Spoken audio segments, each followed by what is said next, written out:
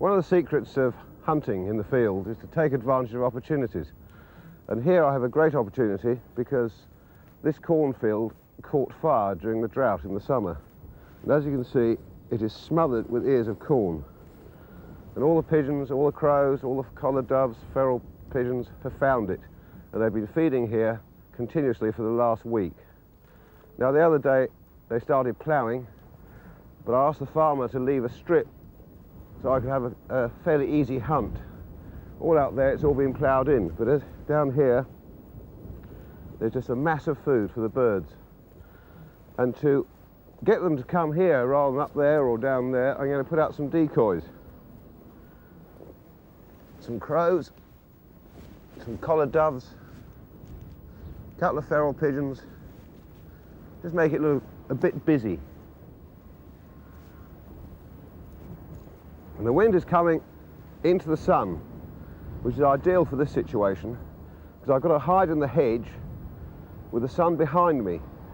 And the birds are going to be coming over the hedge, and so they won't see me. And because I'm facing away from the sun, there's no light going to fall on my face or on the rifle when I start shooting.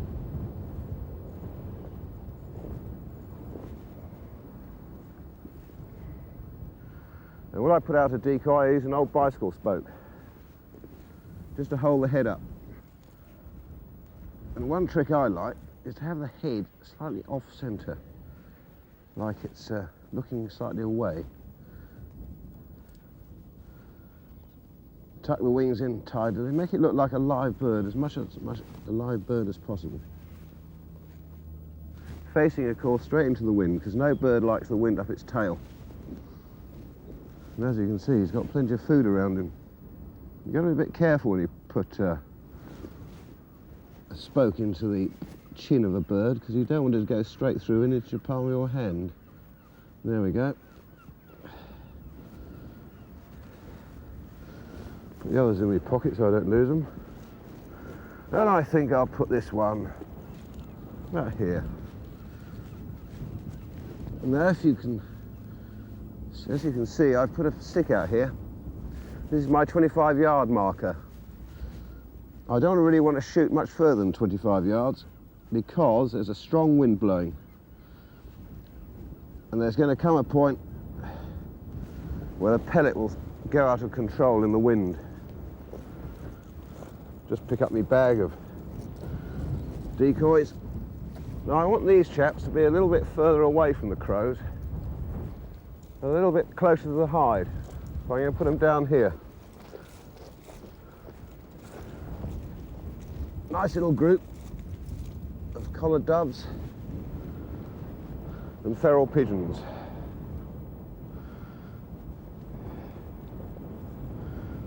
These are fairly easy to work with because they're much smaller, much easier to get that thing into the head. There it is, falling off. In you go. There we go.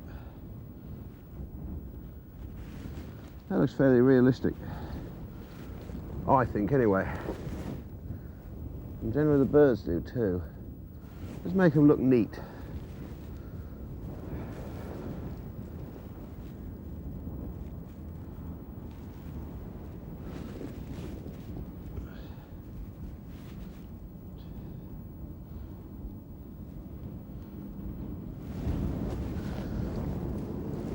You don't want them all lined up like soldiers. You want slight angles across the wind. So I'll have this one facing this way. The last thing you want is for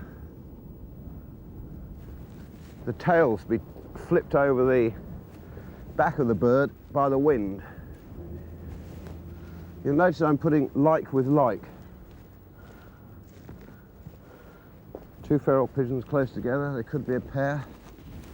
The wind's coming from over there, so you can go slightly that way. But it's so strong today that I can't really zigzag the pattern. I've made quite a strong hide today. All these bamboo canes sticking up. There's a net across the front. There's another bamboo here to give it extra strength, and I pulled up loads and loads of weeds and smothered it.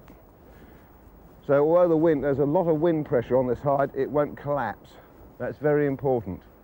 And I've tied in the top of the net so it won't slide down. The thing is, with any hide, it's got to be a robust construction, especially in a strong wind like this. And now there's only one thing for it, and that's get in.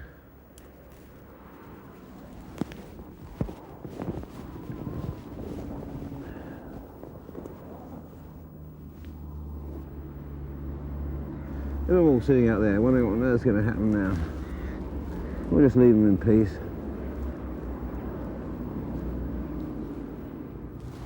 One of the advantages of this wind is that it's blowing the sound of the shot away.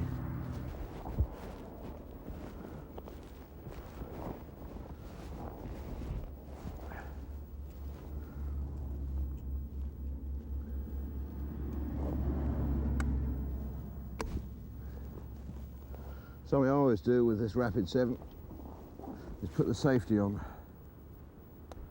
Then I know it's cocked and loaded. It's a habit that's sensible to get into, because there's no other way of knowing that it's cocked and loaded, and there's always a chance that you can put 2 pellets into the spout.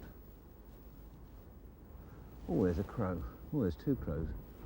They're not going to come close, aren't they?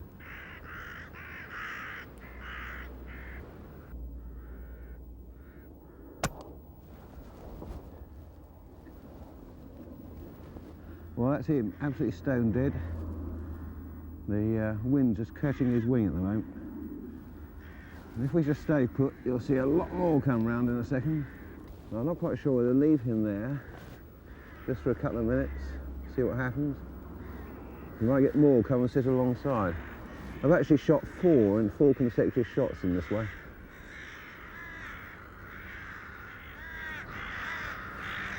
Now, the usual mayhem of the birds, half his Cht2. Oh, smack in the back of the head, that bird. You see the reaction.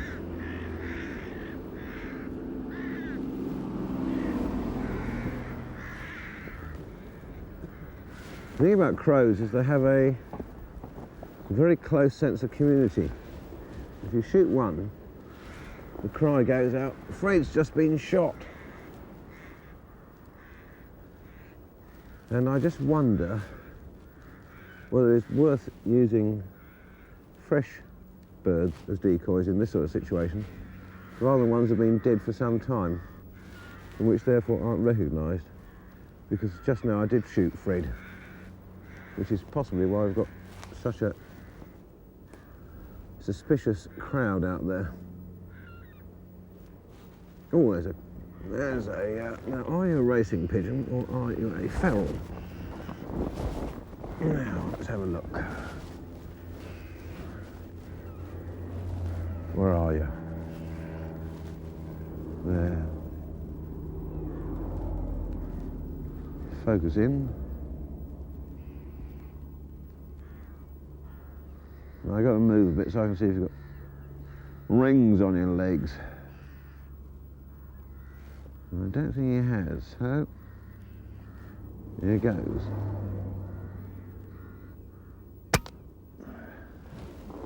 Stone dead.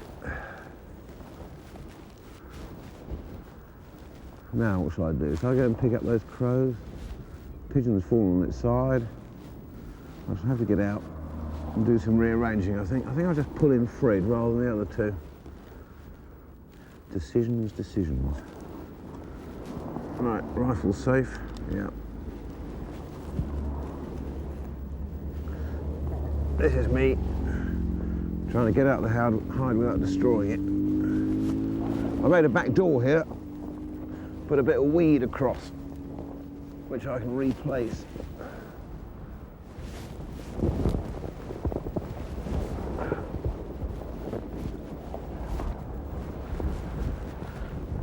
One feral pigeon, very dead. I'm going to bring in Fred here. Whoops. The hat doesn't blow away. And put the feral out as a decoy.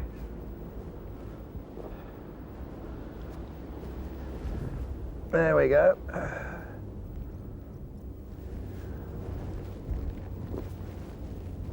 Fred here being one of the community, it might have been him that was being shouted at by all the others just now, saying, get up, what are you doing down there? Ah, well, Fred, you lived a good and villainous life, I'm sure.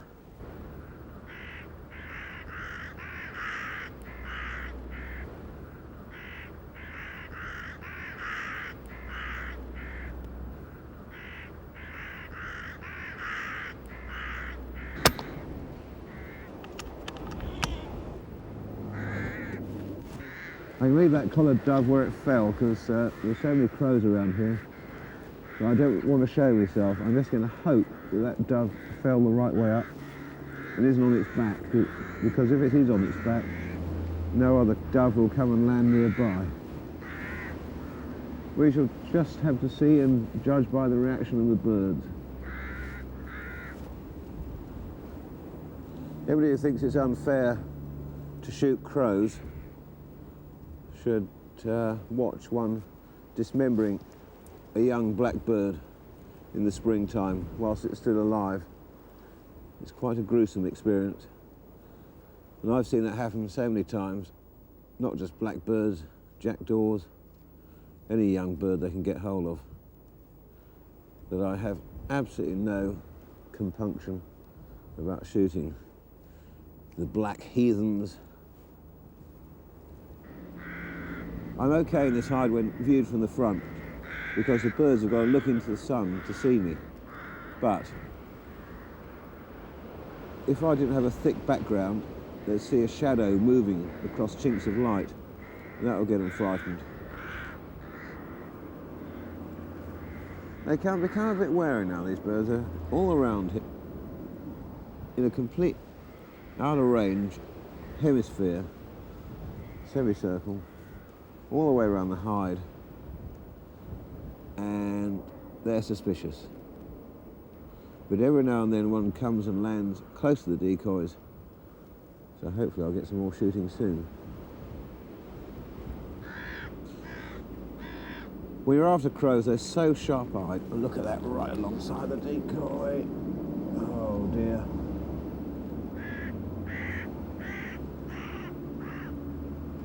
And again.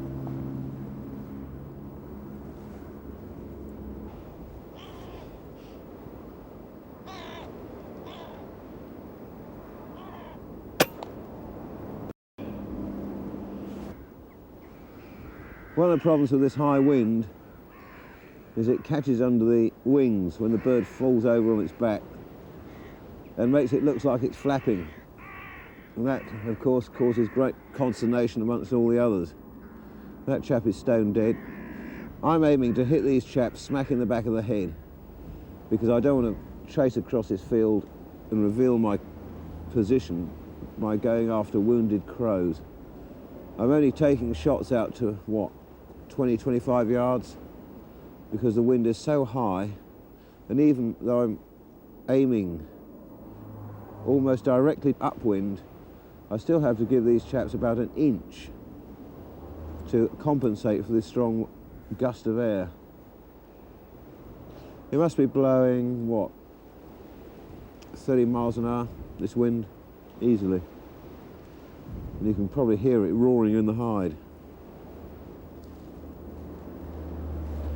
I think I'll now go out and tidy up my decoy pattern, because I've got two birds out there, a collared dove and a crow. Well, it's been quite a good morning this morning. Got a reasonable bag of crows, collared doves, feral pigeons, and now it's lunchtime, and the crows have sussed that this particular corner of the field isn't good news. I'm now going to tidy up and do what every good decoyer does, and that's to leave absolutely no trace of having been there. The last thing the farmer wants to see is a load of mess and dead birds and rubbish all over the field.